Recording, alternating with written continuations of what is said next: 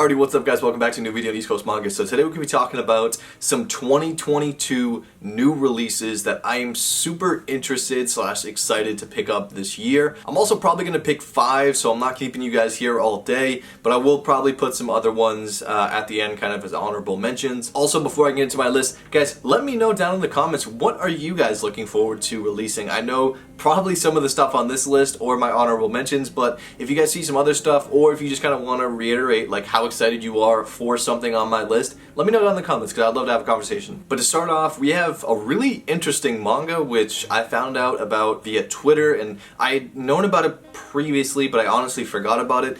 I believe it goes by Go-Go Loser Ranger. This is done by, I believe, the same mangaka who does Quintessential Quintuplets, and I'm just gonna read the target description for you guys. To me, it sounds really interesting, and people seem to be pretty hyped when they heard about this releasing. So we have attention kaiju and Sentai fans. From the creator of Quintessential Quintuplets comes a new anti-ranger action comedy that will make you root for the alien invaders, perfect for fans of Kaiju number 8 and Power Rangers. Does that not already sound really interesting? But it sounds like it's one of those series where the good guys aren't really the good guys, like whether they cause way too much destruction or they're just like not good people. I kind of like the I don't know, I guess you almost call it a trope, where it's like the bad guys are really the good guys, and kind of in like a comedy way. If you want something to compare it to, I would say what I'm talking about is something like The Boys, which if you watch that on, I believe, Amazon Prime, I mean, it's kind of an anti-hero show. I love it. I think it's amazing. So I'm hoping this is kind of similar to that. We're just gonna have to wait and see. The next series I'm looking forward to is called Under Ninja. This is a series that I think Denpa is releasing. Yeah, Denpa is releasing this one. I don't know who's releasing Go-Go Loser Ranger, but Under Ninja sounds really interesting. A lot of people have been telling me to check it out once it comes out because they recommend it. Whether they've already read it or not, I'm not sure. But it's made by the same mangaka as I Am a Hero, so the artwork, you can tell, is kind of similar. Great artwork. And apparently it's this high schooler who has this part-time job as, I guess, an international assassin, it sounds like, online. I don't look too much into these because sometimes, most of the time actually, I like to go into these blind. Same thing as movies. As long as I hear a good recommendation or something like that, that's all I need to go on, and then I'll make my own kind of opinion based on that. But I think this is going to take on like a much more mature vibe than, let's say, something like Spy Family. You know, just by the mangaka alone, it should be a pretty mature vibe. So I think that's going to be really, really cool. I'm hoping that it is something that's more of a kind of 16 plus, 18 plus type manga, and really I have no doubts that it will be. And also a ninja manga, I feel like, do we really have that much ninja manga? I don't even think I have a ninja manga in my entire collection, so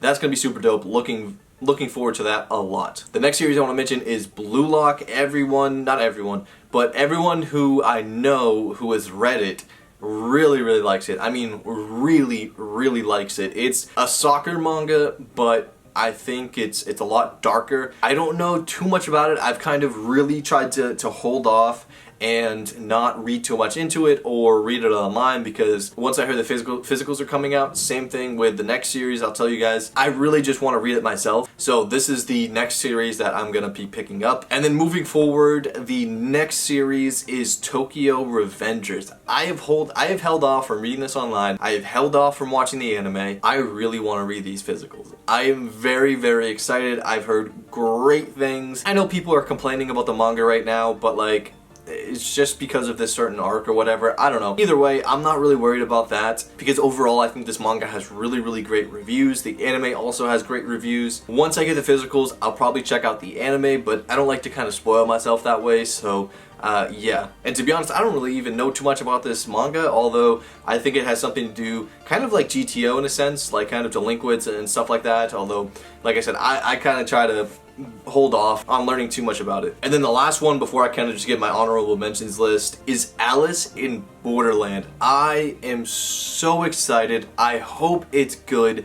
I've watched the first season on Netflix. That's the only season out right now, and I loved it. I thought it was really, really, really good. It was very interesting. I love kind of death game like manga, similar to, you know, Squid Games. Well, you have blame and you have doubt in kind of manga, but kind of Saw-like games I'm a huge fan of. I think it's always super, super interesting, and Alice in Borderlands is absolutely no exception. It is a fantastic live action. It's actually not even an anime, it's a live action show on Netflix. So I'll be happy if the manga is just as good or even better. And then going down the list, I'll kind of just give you guys some honorable mentions. So we have, let's see, PTSD Radio looked really, really interesting. It looks super creepy, and anytime we get a creepy manga that's not Junji Ito, I kind of get excited. So then we have Kimono Jihen, which I think Jake the Pog's recommended to me, and then some other people on Twitter. And then we have Rooster Fighter, which looks just absolutely ridiculous. Then we have Shuzo Oshimi. I didn't include him because he has a couple works releasing, and if you subscribe to my channel, you already know that I love Shuzo Oshimi's work, so all of his work's coming out. I'm totally gonna butcher this, so I'm just gonna say it,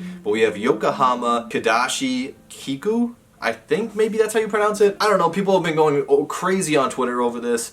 I don't really even know too much about this manga, so I'm not going to be one of these people who are just hyping it up because I've never even heard of it before, but I'm going to have to check it out because I've never seen, like, lately this many people go crazy over a manga releasing. I guess maybe a lot of people never thought it was going to release. But you guys can kind of let me know down in the comments what you guys think of the announcement, but I think most people are overall very positive about it. But that's going to be it for this video. I'm sure there's a bunch of other stuff that's releasing this year. It's a great year. So once again, make sure to leave down in the comments. Let me know what you guys are anticipating releasing this year. What news are you super excited about? And maybe even leave some stuff of like what you think is going to get announced, because there's still a lot more that can get announced. So that's going to be it for this video. I'll catch you guys later. Peace out.